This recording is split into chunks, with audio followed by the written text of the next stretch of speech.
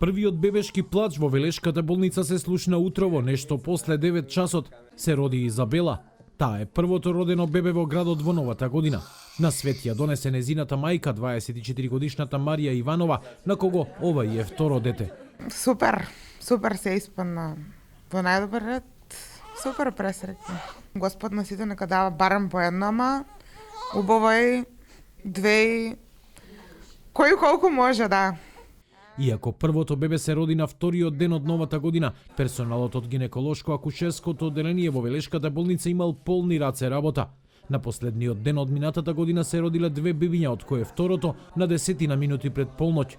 Породувањето на Марија Иванова се случило со однапред закажан царски рез, вели доктор Силвија Богоевска. 3 кг 420 тешка, 52 сантима е долга. Мајката и бебето се добри, одлично се чувствува мајката. Првата честитка стигна од градоначалникот Аце Коцевски, кој во името на општината на детето му подари подароци. И да им посакам да бидат живи и здрави, да посакам во текот на годината да се раѓаат што повеќе здрави и прави дечиња. Може би тоа што Велес го доби првото новороденче на вториот ден од новата година не е показател, но наталитетот во градот драстично опаѓа. Минатата година во Велешката болница се родиле 473 бебиња или 32 помалку во однос на претходната, што е опаѓање за нешто над 6%.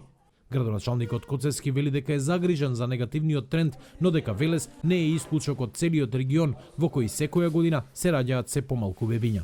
За да се смени состојбата, треба да се сменат сваќањата навиките и да се спречи одливот на младите брачни парови во странство и на младите луѓе.